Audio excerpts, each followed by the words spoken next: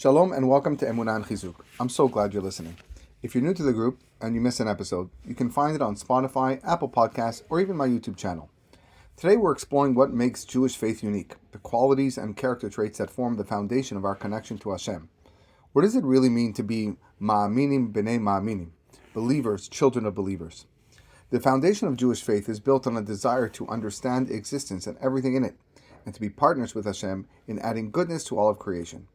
This desire expresses the most exalted quality in human beings, which is the desire to understand the world and make it better. Through the giving of the Torah, it became clear that this is the deep meaning of God's image within humanity. And it became clear that through the desire to understand and to do good, a person draws close to God in the most exalted and pure way possible.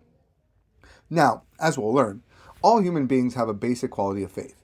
For most people, this manifests as faith in Hashem as the source of all life, the one who confers supreme and sacred value on all the values that give life great and uplifting meaning.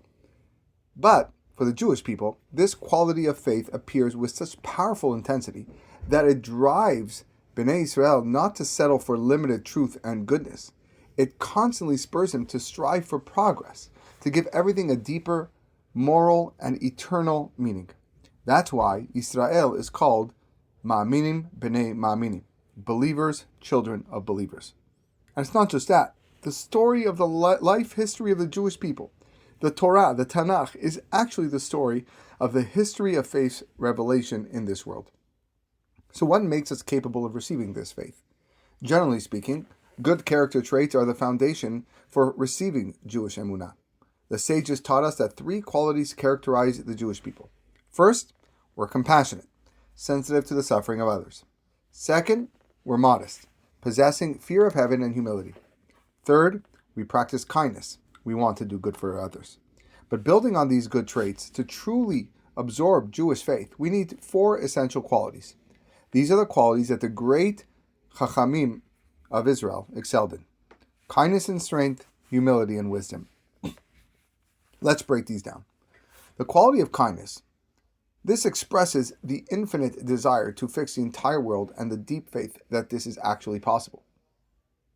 Because of this, someone with the quality of kindness dedicates themselves with all their ability to add goodness and blessing to the world. Avraham Avinu, the father of believers, especially excelled in the quality of kindness. The quality of strength. This allows someone to ask the big, deep questions, probing all the way to the depths, just like Abraham, our father, did. And even if a long time passes before receiving an answer, they steel themselves with strength and wait for it. They don't get tempted to accept partial answers that would pull them toward idolatry. Strength is also required to be able to dedicate oneself to fixing the world against all obstacles, and even to be willing to give one's life for faith, like Abraham in the furnace and Yitzchak, who was bound on the altar. Then you have the quality of humility. This allows a person to receive divine revelation without mixing in any personal agenda and without presumption to understand more than what was revealed to them. Someone who doesn't possess humility, even if they have good intentions, will mix their personal biases into the divine idea. Like idol worshippers, they'll mistakenly get dragged after partial ideas and won't be able to aspire to complete fixing of the world. Moshe Rabbeinu, the father of other prophets, especially excelled in the quality of humility. Lastly, wisdom.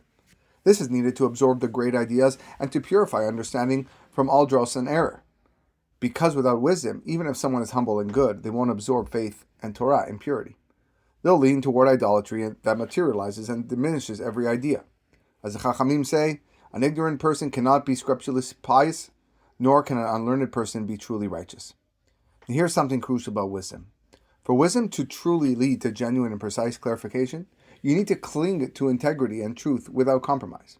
You need to dare to ask the big, difficult questions with strength. And even if a long time passes, don't be tempted to accept partial answers that will pull you toward idolatry. Instead, wait until a true and accurate answer crystallizes in your mind and accept it even when it's more difficult and demanding. And that's exactly how Avraham Avinu conducted himself. The Jewish people continued in this path. Moshe Rabbeinu, even him, they didn't believe in him absolutely until the matter was proven to them with certainty at the giving of Torah. You see, HaKadosh Baruch Hu's chotam is emet, is truth. His seal is truth. And therefore only through the way of truth is it possible to cling to Hashem. The more we merit developing and refining the qualities and traits required for receiving faith, the closer we come to the level worthy of receiving divine inspiration and prophecy. These are not just nice character traits, they're the actual building blocks of genuine emunah. Kindness without strength becomes naive. Strength without humility becomes arrogance. Humility without wisdom becomes passive acceptance. And wisdom without kindness becomes cold intellectualism.